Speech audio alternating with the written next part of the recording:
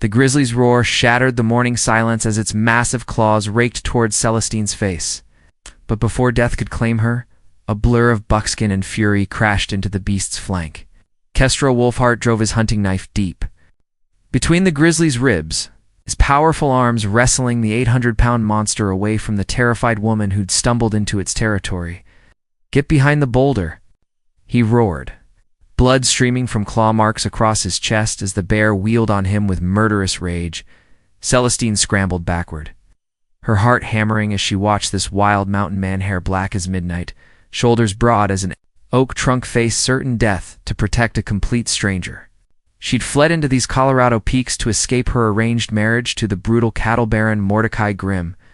Never imagining she'd witness such raw courage, the grizzly lunged again, jaws snapping inches from Kestrel's throat. He rolled aside and came up running, leading the beast away from Celestine with deliberate steps. When the bear charged, he didn't retreat. Instead, he met it head-on.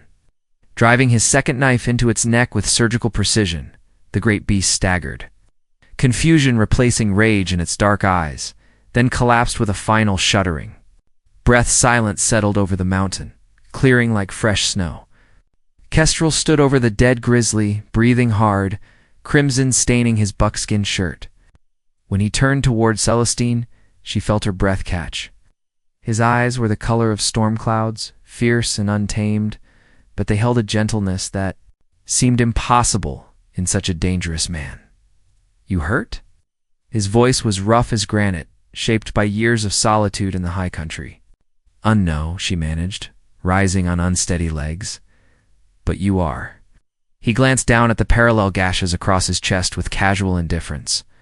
"I've had worse." "What's a city woman doing this far up the mountain? These aren't lands for the soft-bred." Despite his harsh words, Celestine detected no cruelty, only concern masked by wilderness pragmatism. "I'm running from something worse than bears." Kestrel's eyes sharpened with understanding. In his 5 years living wild in these peaks, he'd encountered other refugees fleeing civilization's brutalities. "Who's hunting you?" Mordecai Grimm. "My father sold me to him like prize livestock." Shame burned her cheeks, but she forced herself to meet his gaze. "I'd rather die free than live." As his property, something shifted in Kestrel's expression, a recognition of kindred spirit. Perhaps, or simply respect for someone willing to choose danger over subjugation. "Grimm's men will be tracking you. These mountains won't hide you long if you don't. Know their secrets." "Then I'll learn them," Celestine said with fierce determination. "I won't go back." Kestrel studied her for a long moment, taking in her torn silk dress, her bleeding hands from scrambling over rocks, the desperate strength burning in her amber eyes. City-bred she might be, but he recognized the steel beneath her refined exterior. "Killed that bear to save me," she continued softly. "A complete stranger. Why?" The question seemed to catch him off guard. His jaw worked silently before he answered. "'Cause some things are worth dying for. And some people deserve better than what this world hands them." The honesty in his voice made something flutter deep in Celestine's chest. This wasn't the polished gallantry of civilized men. This was raw, fundamental decency from someone who'd chosen to live outside society's rules. "I have nowhere else to go," she admitted. Kestrel nodded toward the towering peaks surrounding them. "I've got a cabin 2 miles up the ridge. Hidden valley, fresh water, game trails. You can rest there while we figure out how to throw Grimm's hounds off your scent. You'd do that? You're to harbor a fugitive?" A ghost of a smile touched his weathered features. "Lady, I've been harboring myself for 5 years. One more won't make a difference." As they began to trek up the mountain, Celestine found herself stealing glances at her unlikely savior. Everything about Kestrel spoke of hard-won survival, the way he moved through the wilderness like flowing water, how his eyes constantly scanned for threats. The unconscious grace of a predator who'd learned to thrive in the harshest environment. But it was more than his competence that drew hurt, was the loneliness she glimpsed in unguarded moments. The same isolation that had driven her from her father's house into these unforgiving peaks. "What did you run from?" she asked as they climbed. Kestrel's pace never faltered, but she saw his shoulders tense. War, and what it made me become. 3 words that contained volumes of pain. Celestine recognized a fellow exile from civilization's cruelties, and she felt the first stirring of something deeper than gratitude toward this enigmatic mountain man who'd risked everything to save her life. Kestrel's cabin, perched on a narrow ledge overlooking a hidden valley where wildflowers painted the meadow in brilliant splashes of color, built from massive pine logs and chinked with mountain clay. It looked like it had grown from the rock itself, perfect refuge invisible. From the trails below, it's beautiful, Celestine breathed, momentarily forgetting her exhaustion. Beautiful don't keep you alive up here, Kestrel replied gruffly. But she caught him watching her reaction with something that might have been pride, but it's home. Inside, the cabin revealed itself as surprisingly comfortable, handcrafted. Furniture showed meticulous workmanship. Shelves lined with books spoke to an educated mind beneath the mountain man's rough exterior. A massive stone fireplace dominated one wall, while furs and woven blankets added warmth to the simple space. "Sit," Kestrel commanded, pointing to a chair near the fire. "I need to tend these scratches before they fester." Celestine obeyed suddenly, aware of how her torn dress clung to her curves and how his storm-gray eyes seemed to catalog every detail of her appearance. When he returned with clean cloths and a bottle of whiskey, she tried not to notice how his buckskin shirt had come unlaced, revealing the muscled expanse of his chest beneath the bear's claw marks. "This'll sting," he warned. Pouring whiskey over his wounds, she watched him tend to himself with practiced efficiency, never flinching despite what had to be considerable pain. "You've done this before, too many times." He finished cleaning his injuries and reached for a needle and sinew thread. "Hold still while I check you for cuts." His hands were surprisingly gentle as they examined her arms and shoulders for injuries, but every touch sent fire racing through her veins. She'd never been touched with such careful attention by any man, certainly not by her father's chosen suitor, whose grabbing hands had made her skin crawl. "You're lucky," Kestrel said, his voice rougher than before. "Just scratches and bruises. But we need to get you out of that dress before what?" she asked when he stopped abruptly. His eyes met hers, and she saw desire burning there raw, honest, and carefully controlled. "Before I forget, you're a lady, and I'm a man who's been alone too long." The admission hung between them like smoke from the fire. Celestine felt her pulse quicken, not with fear, but with answering need. This mountain man who'd risked his life for a stranger was the first person to treat her like more than a commodity to be bought and sold. "What if I don't want you to remember?" she whispered. Kestrel went very still, his hands freezing where they rested on her shoulders. "You don't know what you're saying. You're running scared, grateful to be alive. That's not the same as wanting, isn't it?" She turned in her chair to face him fully. "You said some people deserve better than what this world hands them." What? "If what I want is you," his control cracked slightly, and she saw the hunger he'd been fighting. "Celestine, I've never chosen anything for myself," she continued, emboldened by the way he spoke her name like a prayer. "My father chose my clothes, my education, my future husband. But right now, in this moment, I choose you. I'm not a gentleman," he warned, his voice thick with restraint. "I won't court you with pretty words and proper manners. I've been living wild too long." "Good." Her hands found the laces of his shirt, fingers trembling with nervous excitement. "I've had enough of gentlemen and their proper manners." When her palms pressed against his bare chest, Kestrel's restraint finally shattered. His mouth crashed down on hers with desperate hunger, years of solitude, and her own awakening desire, combining in a kiss that stole her breath and left her clinging to his shoulders for support. "I would sacrifice my life for you, woman," he growled against her lips. "But what I want to do right now is love you until sunrise paints these peaks gold." Her answer was another kiss, this one deeper and more demanding than the first. Whatever. Tomorrow might bring Grimm's men, the harsh realities of mountain survival, the uncertain future they faced. Tonight belonged to them alone. Kestrel lifted her in his arms as easily as he might carry a child, his strength both thrilling and reassuring.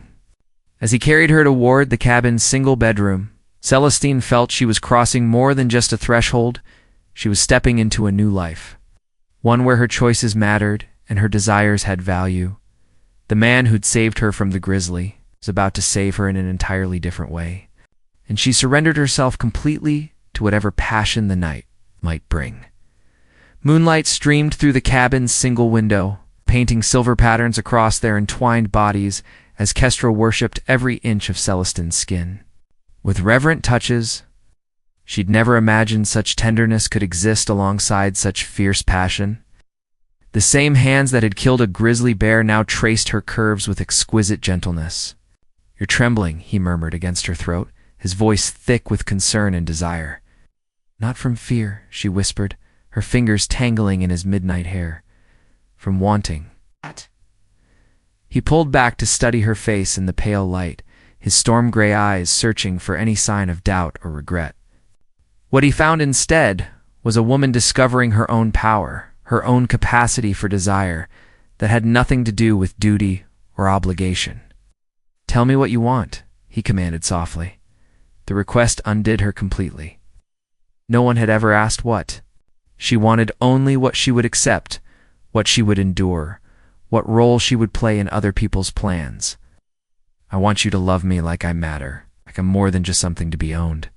Kestrel's response was to kiss her with such consuming passion that she forgot everything beyond the heat of his mouth and the strength of his arms around her. When he finally lifted his head, his breathing was ragged and his eyes blazed with fierce protectiveness. "You matter more than my next breath," he said with raw honesty. "More than these mountains, more than my own life. I'd burn the world down before I let anyone hurt you again." The declaration should have frightened her Such. Intensity from a man she'd known less than a day. Instead, it filled her with soaring joy. This wasn't the calculating possession of men like Grimm, but the genuine devotion of someone who saw her true worth. Their lovemaking that followed was a revelation. Where she'd expected brutishness from a man who lived by violence, she found infinite patience. Where she'd braced for selfish taking, she discovered generous giving that left her gasping his name into the mountain air tack. Kester loved her with the same focused intensity he brought to everything completely, thoroughly, as if memorizing every sigh and tremor of response.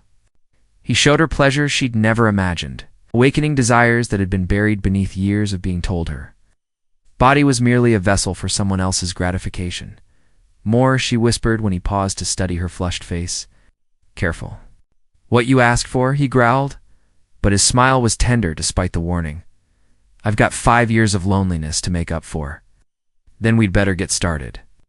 Dawn found them still wrapped in each other's arms, their bodies slick with sweat despite the mountain chill. Celestine had never felt so thoroughly claimed out as property, but as a woman choosing to give herself completely to a man worthy of the gift. "Regrets?" Kestrel asked, his fingers tracing lazy patterns on her bare shoulder. "It only that I waited so long to find you," she replied honestly. He was quiet for so long, she thought he'd fallen asleep. But when she looked up, his eyes were open and thoughtful. "You should know something about me, about why I'm up here instead of down in the towns with civilized folk." Celestine sensed they were approaching something important, perhaps the source of the shadows she glimpsed in his unguarded moments. "Tell me." "I was a cavalry officer during the war between the states. Led raids against Confederate supply lines, burned farms, killed boys who looked younger than you." His voice was flat, emotionless, but she felt the tension coiling through his muscles. "Told myself it was necessary, that I was serving the greater good." She waited, knowing there was more. "Last raid I led, we hit a plantation in Georgia. Thought it was just another military target. It's turned out to be full of women. And children. The menfolk were all dead or off fighting somewhere else." His breathing grew labored. "My orders were to burn everything. I followed them." She understood the self-imposed exile, the careful distance he kept from human connection. "How many died?" 17, including a little girl who couldn't have been more than 6 years old. His arms tightened around her convulsively. "I hear her screaming in my dreams every night." Celestine felt tears slip down her cheeks, not for herself, but for the man who'd carried such guilt for so long. "That's why you saved me from the bear. You're trying to balance the scales. Maybe, or maybe I just couldn't watch another innocent person die when I had the power to stop it. She turned in his arms to face him fully, her hands framing his bearded face. You're not that man anymore. The Kestrel who loved me last night, who fights grizzlies to protect strangers, he's not a killer. He's a guardian. You don't know what I'm capable of. I know what you chose to do when it mattered most, she countered firmly. And I know that whatever happens next, I want to face it with you. The distant sound of horses' hooves echoing off. Canyon walls shattered their peaceful morning. Kestrel was instantly alert, his body coiled for action as he slipped from bed and moved to the window with predatory grace. How many? Celestine asked, already reaching for her torn dress. 6 riders, moving fast up the main trail. His jaw tightened as he watched the approaching dust cloud. Grimm's men. They found your trail faster than I expected. Within minutes, they were both dressed and armed. Kestrel, with his rifle, and knives, Celestine with a pistol he'd pressed into her hands. The easy intimacy of the night before had transformed into something harder. 2 people preparing to fight for their lives and their freedom. There's a back trail that leads to the high passes, Kestrel said, checking his ammunition. Dangerous crossing, but it'll take us into territories where Grimm's men won't follow. Won't that leave us trapped? It's better trapped together than separated forever. His storm-gray eyes met hers with fierce intensity. I meant what I said last. Night. I'll die before I let them take you back. The sound of approaching voices drifted up from the valley below. Celestine recognized the gravelly tones of Jake Brennan, Grimm's chief enforcer, man whose reputation for cruelty extended across 3 territories. We know you're up there, Miss Ashford. Brennan's voice carried clearly in the thin mountain air. Mr. Grimm's offering good money for your safe return. No need for anyone to get hurt. Kestrel's smile was predatory. They think you're alone. It gives us an advantage. What do you mean? They're expecting a scared city woman, not a mountain man who knows every game trail and hidden passage in these peaks. He shouldered his pack with practiced efficiency. We leave now while they're still working their way up the main trail. They slipped out the cabin's rear window and began a treacherous descent down the cliff face, using handholds that would have been invisible. To anyone unfamiliar with the terrain, Celestine's muscles burned from the effort, but she followed Kestrel's lead without complaint. Trusting his knowledge of the mountains? Absolutely. Behind them, she heard the crash of splintering wood as Grimm's men reached the empty cabin. Their curses and shouts of frustration echoed off the canyon walls. They'll figure out we went this way eventually, she panted as they reached a narrow ledge. Eventually isn't soon enough to help them, Kestrel replied grimly. By the time they work up the courage to follow, we'll be halfway to the high country. But even as he spoke, the crack of rifle fire split the air. Bullets sparked off the rock face inches from Celestine's head, sending stone fragments flying. Move! Kestrel roared, shoving her toward a crevice in the cliff face. More shots followed, closer this time. One of Grimm's men had spotted their escape route and was trying to pin them down while the others circled around. Kestrel returned fire with deadly accuracy, and a scream from below told them he'd found his mark. That'll slow them down, he said with grim satisfaction. But not for long. They continued their harrowing descent, pursued by the occasional rifle shot from their hunters. Each step took them further from safety and deeper into the wilderness. But it also carried them away from the life of captivity that awaited Celestine. In Grimm's hands, there, Kestrel pointed to a narrow canyon opening, barely visible among the jumbled rocks. Devil's Gateway. Most men won't follow us through there. Most men? Joe. Brennan's not most men. He's a killer who takes pride in finishing what he starts. Kestrel's expression was deadly serious. If he follows us into the gateway, one of us isn't coming out. Celestine felt ice settle in her stomach, the passionate lover who'd worshipped. Her body through the night was preparing to become a killer again, and she could see the toll it was taking on his soul. There has to be another way. Not if you want to stay free. He cupped her face in his hands, his thumb tracing her cheekbone with infinite gentleness. I promised I'd sacrifice my life for you, and I meant it. But I'm hoping it won't come to that.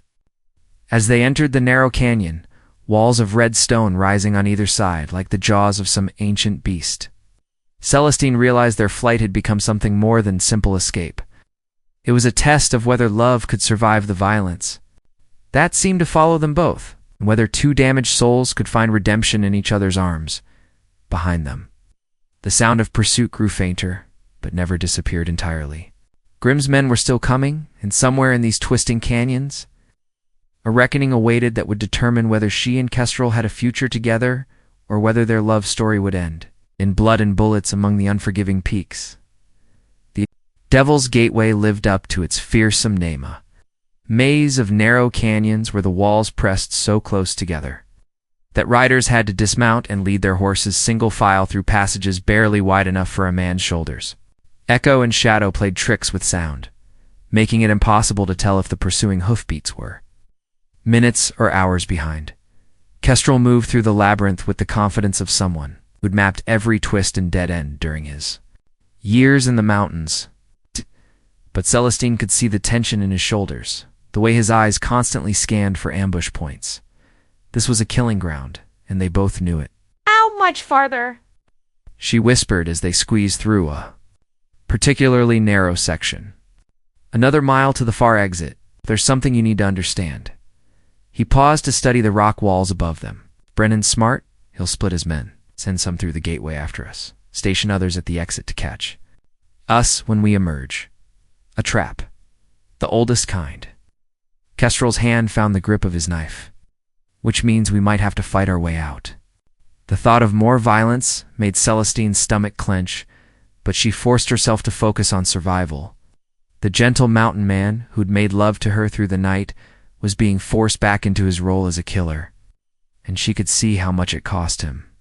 There might be another way, she said suddenly. What do you mean? What if we don't run? What if we face them head on, but not the way they expect?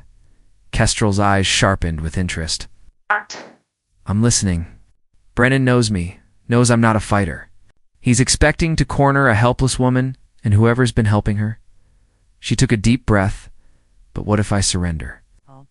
Draw them into the open where you can take them. Absolutely not. His voice was flat with finality. I won't use you as bait.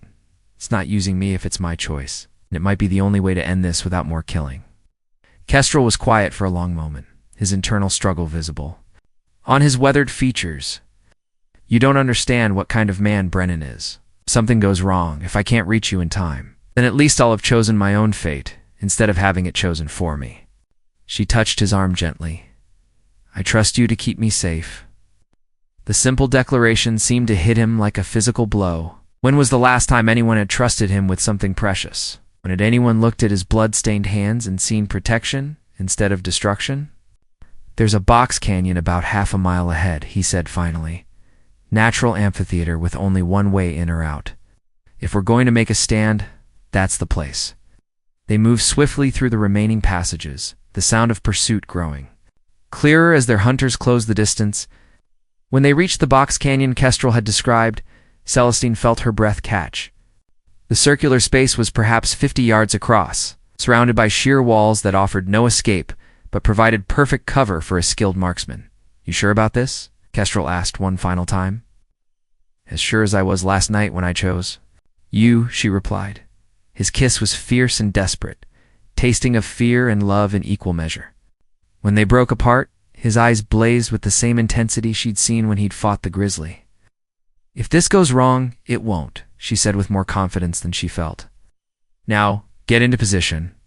Kestrel melted into the shadows among the rocks like smoke, his form disappearing so completely that even knowing where he'd gone, Celestine couldn't spot him. She walked to the center of the canyon and sat on a large boulder, arranging her torn dress and assuming the posture of exhausted defeat. Minutes later, Jake Brennan appeared at the canyon mouth, his gun drawn and his pale eyes scanning for threats. Two other men flanked him, equally alert and dangerous looking. Well, well, Brennan drawled, his voice echoing off the stone walls. Little Bird finally got tired of flying. I'm tired of running, Celestine said, proud that her voice remained steady. Mr. Grimm sent you to bring me back. Here I am.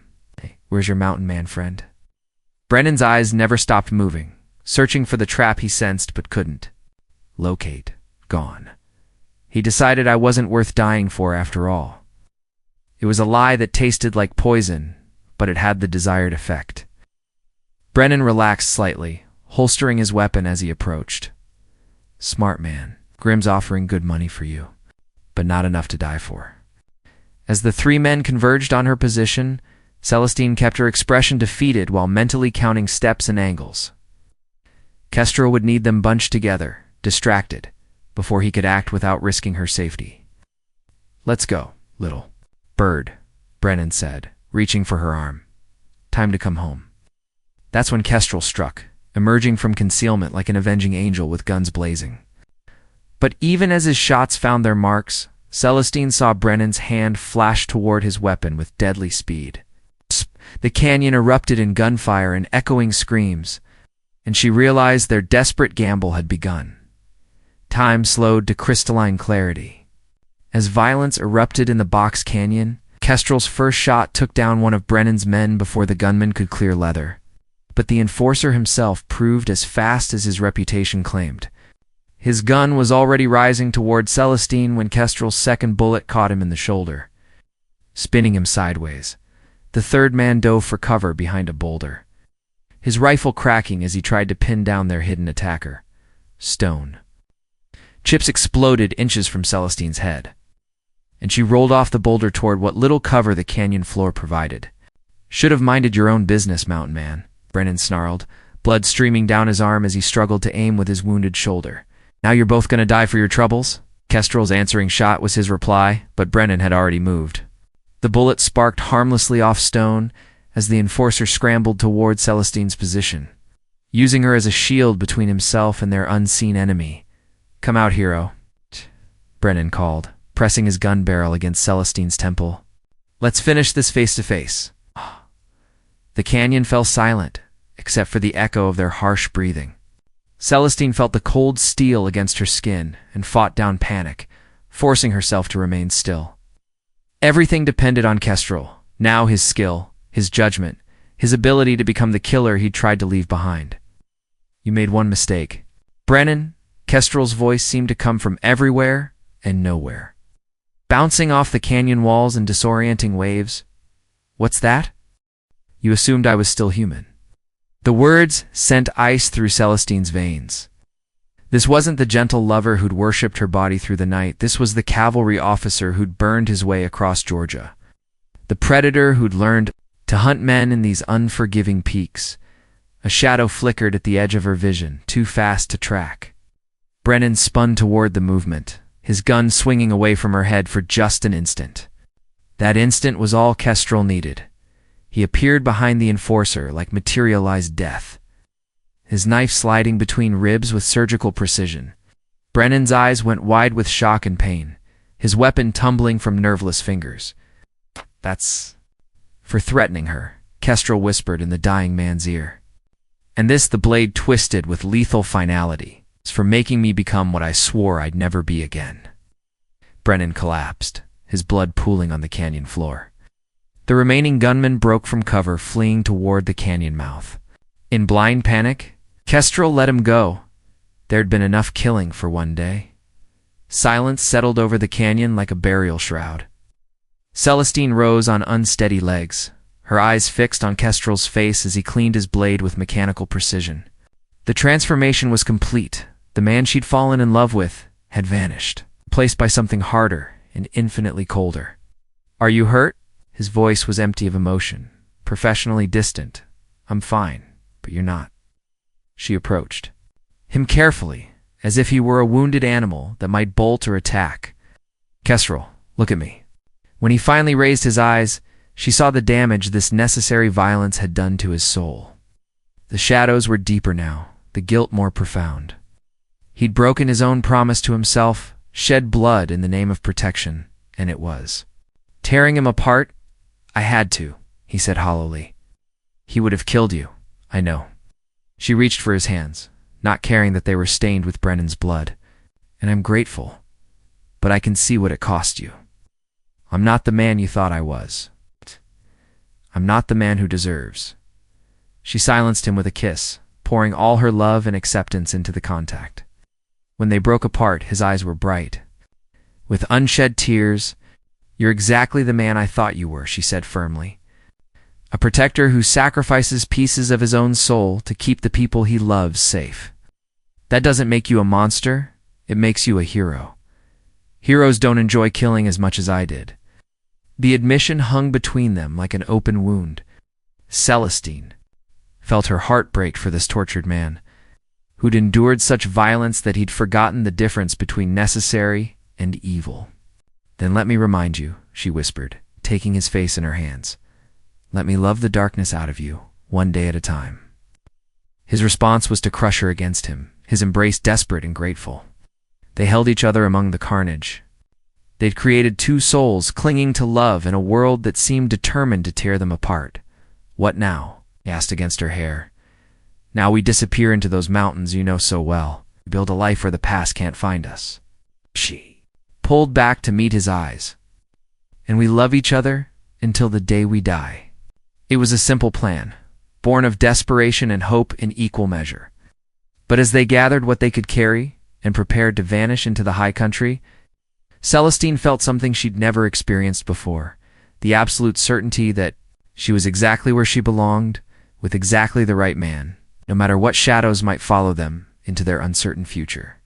2 years after the bloodshed in the Devil's Gateway, Celestine stood on the porch of their hidden homestead, watching Kestrel teach their 6-month-old son, Sage, how to whistle like the mountain birds. The baby's delighted giggles echoed across the valley they'd claimed as their own. Ique, secret paradise nestled so deep in the Colorado Rockies that even the eagles had to climb to reach it. "He's got your stubborn streak," Kestrel called out, grinning, as Sage grabbed for his father's beard instead of mimicking the whistle. "Won't do anything the easy way.